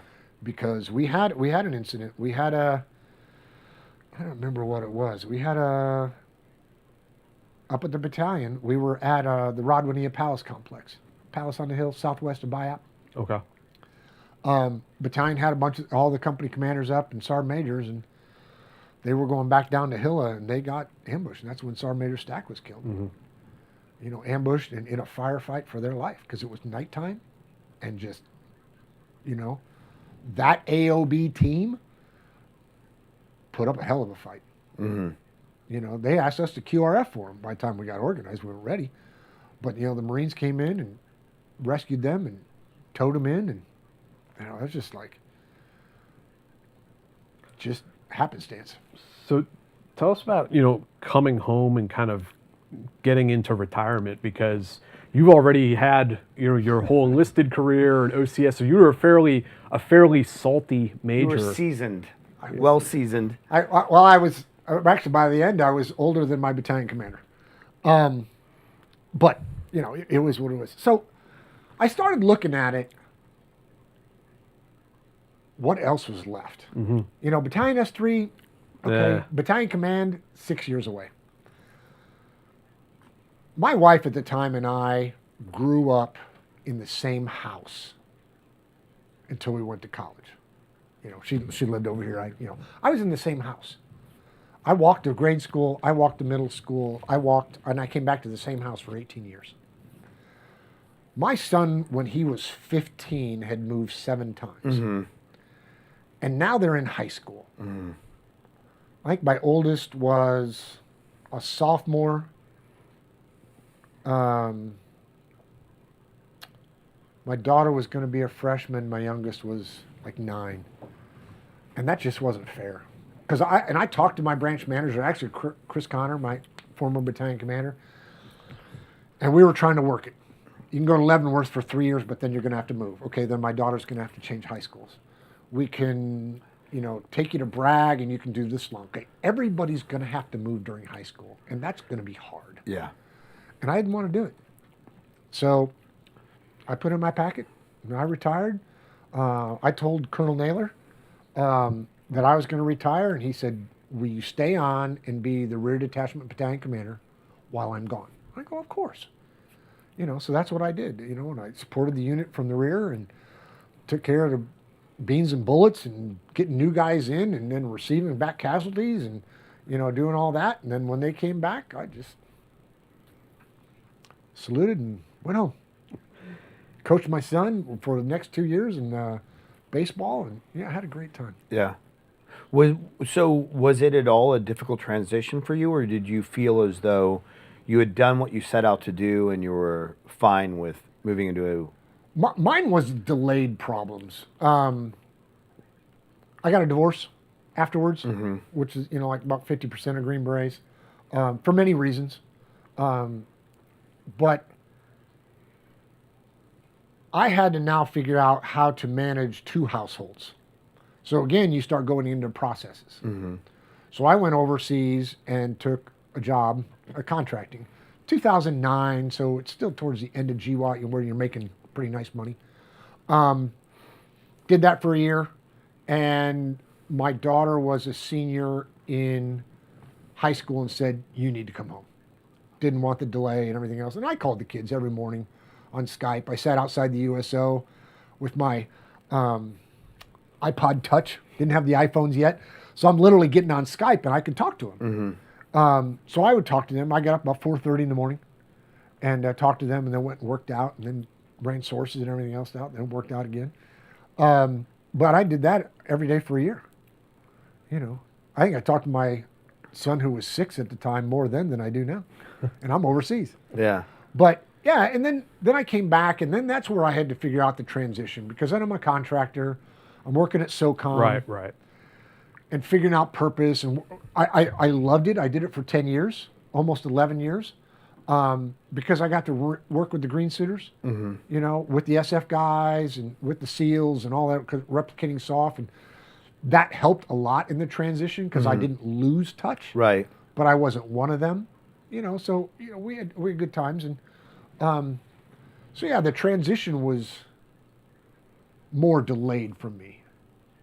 And it wasn't so much because I was at SOCOM. I still had that touch.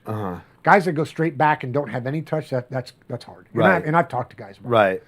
It's like, look, you got to connect somehow. Whether you do Team Rubicon or somebody like that, just do it. Yeah. I'll give a quick plug. Do you know Team Rubicon? I've heard of them. So disaster response, disaster recovery. You sign up, it's free.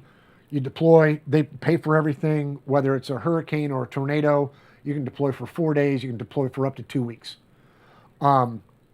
Be careful, because as a former SF guy, they're going to make you the OPSO, whether it's your first deployment or not.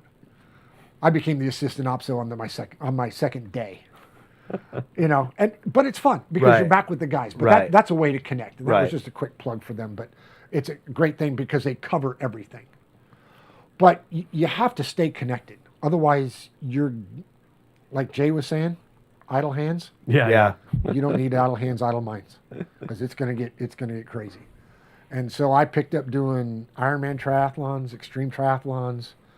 I did a 29,029, which is a hike the level of Everest, at Mount Stratton, 17 times up a mountain. And it rained, it was 40 degrees. Challenge your brain somehow. Right. So that's what I do. Yeah. This year I'm going to back off a little bit. I think I'm only going to do one Ironman. But I'm challenging my girlfriend and her daughter. We're going to do a 15K, and then we're doing Climb for Lungs, Climb for Life. she's a former lung cancer survivor and non-smoker, and so it was like, okay, hey, listen to that. Do things that challenge your brain. Yeah. Do things that challenge your body. Just do something. Yeah. And how did the idea of writing a book come to mind? It's my mom's fault. So my mom passed away in 2018, but when I came back from Afghanistan and then Iraq and showed her some of the award write-ups and stuff like that, she was like, you need to write a book. I'm like, yeah, I know to write a book. And I didn't think it was important. I'm still not sure how important it is, but because that's something my mom wanted me to do, I finally decided, hey, all right, I'm going to write a book. So a friend of mine that I went to college with, actually a fraternity buddy, we were talking, and he's like, I'll help you write it. I go, dude, I don't know anything about it. So we talked about it, and he kind of just, helped me massage it. Because, some of the paragraphs or chapters are 5 pages long. Some are 22. Right. He goes, just do them by subject. Don't try to make 22-page chapters all the way through, because nobody will understand it. Right. So we did it. And Amazon's got the KDP publishing, and it's such a great way to put it out there. Sold a couple hundred copies, given away a bunch, did something for a vets group up in Fredericksburg. There's a wonderful lady that does her version of Salvation Army. Mm-hmm. And I wish I knew the name of it. I'll have to send it to you later. But she does that, and all the money goes towards local veterans. Her and a couple other people, they paid for a house, somebody's mortgage every year, and a car for somebody every year. Wow. So, somebody selling used clothes that can do that, that's amazing. Yeah. So I did something, great friend of mine, Mike Bosco, he was one of my NCOs when I was in the 160th, went on to be the J2 over at SOC-PAC, and, he wanted to do it, so we did that thing for him. And so I just keep doing stuff like that. Yeah. And like I said, the book, it's really not cathartic or anything. It just is. Yeah. Because for me, like I said, I had a great career. I don't have, you have your lulls and your disappointments, but, all in all, it's a great time. Yeah. And definitely, like, one, it's a reflection of your confidence, and two, it's also just right place, right time. Like, you Always. you nailed it, Always. Yeah. Always. Do we have questions for Dan? I believe we have one. Actually, it's from Corbin. Thank you, Corbin. Greetings from Ford Assembly, Chicago. So a hard work ethic, humility in the face of one's ego, and humility with one's success. How can we instill these in each other and ourselves going back to work? So yeah, he wants to ask how to instill those. Well, the thing is, everybody has been taught. One of the things that when I went through OCS was I had paid attention to PLDC and then BNOC. And OCS, I made Distinguished Military Grad. And it wasn't because I studied hard. It's because I had studied when I went through PLDC, and I studied when I went through BNOC. The Army has taught you what you should be doing. You have your troop leading procedures. What a great example was when we were in isolation getting ready for Afghanistan, everybody was floundering for a format. Mm-hmm. Like, what are you talking about? Right. There's no format for what you're about to do. Of course there is. You did it in the Q course. Right. It was ODA 095 or something like that. That's the format. I had printed out 20 copies of that ODA format for Robin Sage and was handing it out, and that was our briefing form, and it worked. Yeah. Use what you have. There's no reason to reinvent the wheel. Right. You have what you have. You have all the tools. 5-paragraph operation order. You go through Ranger School. Right. That's not silly stuff. Right. Use it. I mean, when you think about how many people have made careers out of taking the MDMP or, Ranger School handbook or whatever and translating it into civilian speak and going to corporations, there's a reason that works. It is solid structure. Yeah. And that's what always cracks me up. Again, going back to Colonel Mulholland, no one has done what he has done in probably 50 years. And he gave me 3/4 of a page of paper. Purpose, key tasks, and end state. Right. Now you get 65 pages of crap. Right. You don't need it. But what you got was very clear. It got the point across, and it was all you really needed. That's all you need. Yeah. We have one other very important question from Alexander Runyon. Who is your favorite daughter? And why? Alexandra. Did I say Alexandra? Okay. I only have one. I can't believe she's on there. We have a couple Patreons. Okay. But you know what? You know what's funny with Alex? People ask me if my kids joined the Army, and no. When Osama bin Laden was killed, she was the first one to tell me, because he made me leave home. Right. So it affects your kids. Yeah, for sure. But I will say I'm also one of the luckiest dads on earth, because all 3 of my kids are college graduates and doing professional work, which is unbelievable. What do we got for? All righty, we got. Thanks, Alex. Oh, shit. Give me one sec.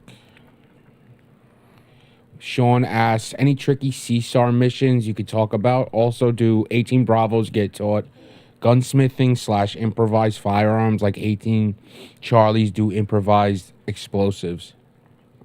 So 18 Bravos, yes, but it's also a lot of their own desire to go deeper into it.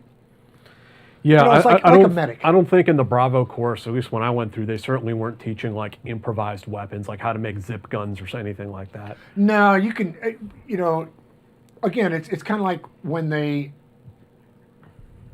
you can make your own 45 out of spare parts, except for the lower receiver. Yeah. Well, you're not supposed to. The CSAR, not really. When I was the S2 at the 160th, so there's a difference between CSAR and PR. Combat Search and Rescue is what the conventional units do, the Jolly Greens. Even though they do in-flight refueling, they're not allowed to go past the green zone. You know, they're not allowed to go where there are going to be surface-to-air missiles, even though they have the ASE. Doesn't really make a lot of sense, because they're pretty much like the DAPs, except they're not loaded, or the Lima models, the Kilo models, I'm sorry. But, you know, when you have to figure out how you're going to do it. You know, the great story of O'Grady, it's in Beyond Hell and Back, when they talk about how the Marines went and did it. Because O'Grady did. He ran at the Marines with a gun in his hand. Yeah, yeah. You know, you're supposed to turn your back. You're supposed to do stuff. So, you know, some of the things actually that are not classified, and I'll tell you about one. The 160th went into Libya and stole a Hind helicopter. The Russians that were doing it, it fell. It did a hard landing. They left it there, and we went in and stole it. Literally slow loaded out underneath a Chinook. Pictures are awesome. I think they're still classified, but I know the mission's not anymore. But yeah, so that would be actually the best one that I would talk about. Told you about a former Delta guy, then became a 160th pilot. You know, he did the rescue of Muse. Mm-hmm. You know, that's for him to tell, or books or whatever. But you know, there's a lot of stuff out there. But any secretive stuff, not really. Yeah. And then we talked about CSAR. Okay. What else, Steve? One more question from Isaac. I saw a bit of the film Breadwinner about a girl living in Afghanistan during the reign of the Taliban before 9/11. Life was brutal for everyone, and especially girls and women. So what is life like for them now compared to before the invasion and during U.S. involvement and after they left? Ooh, that's a roller coaster. And it honestly is. It's a roller coaster, because it got really a little too free, and then a little too hard, and then a little too free. And it's all based on where they live. Mm-hmm. You know, one of the most touching things to me was probably the second day we were coming down through the Hindu Kush, and a little girl about the age of my daughter at the time, little jellies on, little dress on, flowing blonde hair, chewing bubble gum. Mm-hmm. in a dirt road, just waving, people going by. Yeah. You know, so it's all where. Yeah. You know, the Taliban, you know, it's like a sexist white male in the 50s when we were telling women they can't run marathons because their uterus would fall out. I'm sorry, what? Yeah. You know, just let's bring it into reality. Yeah. You know, stuff like that. Yeah. Yeah. So when people talk about it, they're like, it's all based on where you live in Afghanistan. And one of the crazy things with the Taliban, you know, they had their vice and virtue police, and a lot of them were Arabs who didn't speak the local languages. And so Yeah, I remember an Afghan telling me a story about when he was walking down the street with his mom, right, and holding her hand, and the vice and virtue police came out and started beating both of them because they were unmarried, they were holding hands in public. And he's like, it's my mom, but they were still like, but they were Arabic, so they didn't understand what he was saying, and they were just beating them. So I put this out in the message, and I was told never to say it again, but I'm not in the army anymore. The Afghans don't like the Arabs. No, not at all. They're tribal, Yeah. and they're a peaceful people, but they're tribal. We keep trying to make it like whatever we are, Right. first world country, whatever we're supposed to Yeah. be. Leave it alone. Yeah. It's not one time zone. I mean, for God's sake, it's Zulu plus 4.5. Right. Right. Really? It's like half an hour. Yeah, it's really weird. No, it's not Zulu plus 4.5. It should be like, I don't know, probably 3 or 4 different time zones. Yeah. But we do it for our own sake. You know, and it should be, I mean, Herat is more Persian than it is Afghan. So let them figure it out. Yeah. Yeah, it's not going to become a Jeffersonian democracy. Exactly. No, and anytime it shouldn't soon. be. Exactly. You know, I always laughed when we were going in there, like, we should bomb it into the Stone Age. I'm like, it already is. They're in the Stone Age, yeah. They don't For a have- lot of There are places that don't have running water. Yeah. There were houses that have one room and had a hole in it, and that's when you did your stuff. Yeah. And oh, by the way, that box full of dirt right there, that's your toilet paper.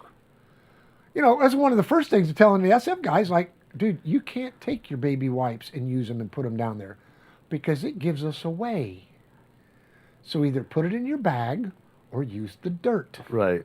And then our poop doesn't smell like their poop, and you want to get into that stuff. So people can find the book on Amazon. On That's the best Amazon, place? I'm working on the audio book. Okay.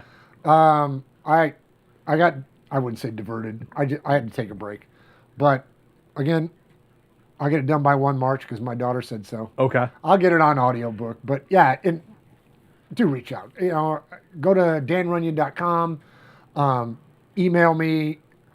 I've already had 2 guys, former Green Berets out of 5th Group. They're civilian ROTC instructors. I'm going to take 100 books up, talk to them, hand those out. I mean, you know, pay for my plane ticket. I'll do anything. Yeah. You know, I'm not doing it for money. I literally did it because my mom asked me to. I also, in addition to the book, I wanted to mention this really fine bottle of whiskey that you brought us. It's Send Me, right? Is that or that's just the... What's the special ops version? I think Salute. it's Heritage Special- Distillery. You Yeah. see it on Instagram is where I saw it. Yeah. And I bought it back in October. It's howitzer proof, and it is. Thank you. I'm looking forward Yeah, to it. I mean, It I'm is a too. very good one. 105 proof. Yeah, that's definitely how it's proof. Yeah, and they're talking about coming out with other versions. I think they might have come out with the 10th Mountain Division. So if you legs out of New York want to get your own whiskey, by all means. Any final thoughts? Anything that you really want to get out there that I didn't ask about or we didn't cover? No, I would say for a lot of people, and you kind of touched on it with Jay, we don't need another nonprofit. We don't need another veterans organization. Find one out there and join it. You know, decades ago it was either American Legion or VFW, and now we've got Catch a Lift, Unbroken Spirit organization out of Asheville, North Carolina, No Barriers USA, irreverent warriors. I mean, there are so many out there. Somebody will pay for you to do something somewhere in the world. Type it in. There's a guy out of Fredericksburg that wants to start doing gardens for veterans. It give you all of the supplies you want to garden. There's a program out there that teaches veterans how to do beekeeping. Hey, more power to you. But I mean, but all that it's stuff's out there, and the money Yeah. is out there, and it's just like, you know, there's Wounded Warriors, there's all the things. We don't need another nonprofit. Just figure out how to help whatever. Because like I said, I really enjoyed doing Team Rubicon. It was awesome. It helped me a lot. I didn't want to be the OPSO, but it's Yeah. like, sure, why not? Yeah. You know, No Barriers USA. I was organizing and doing hikes for disabled veterans Cool. out in Fort Collins, Red Feather Lakes area. Unbroken Spirit organization. Peter Champagne and his wife Marlene have got one out of Asheville. Look them up, unbrokenspirit.org. They pay for everything. And they're doing it right. All of them now have this 3-phase program. Because the worst thing to do is go do something with somebody and then go home. Right. Right. Empty, in a Right. dark apartment. So Right. that's where their phase 3 comes up. Still keeps you engaged. How do you continue on and be an active participant in your community? And they Yeah. hold you to it. Yeah. You know, and so find them. Cool. Yeah. Google it. Yeah. Internet search it, whatever the word term is. But yeah, no, I appreciate all this, and yeah, I'll tap that in with you guys, and no, I appreciate all of it. Yeah, thank you, Dan. Thanks for coming in and doing this in studio. You know, I think I want to say that I found you, or I found your book maybe on LinkedIn. That might have been LinkedIn. How I found you. I was very appreciative. The Green Beret Foundation put it on there. Awesome. I somehow, and we were talking earlier about algorithms and hashtags and what puts you out there. Yeah. When I posted, I did the book. I got like 7,000 views. That's fantastic. That's cool, man. And so yeah, maybe that's how it is. But yeah, you can find me on LinkedIn. I had my own business for a while, so you type my name in, it comes up way too much for my comfort. Cool. So people should go check out the book, Disciple of Chaos. It's on Amazon. You can find it right now. There's a link down in the description. Thank you again, Dan. Yeah. And we will see all you guys on Friday with Bill Flavin. So take care out there.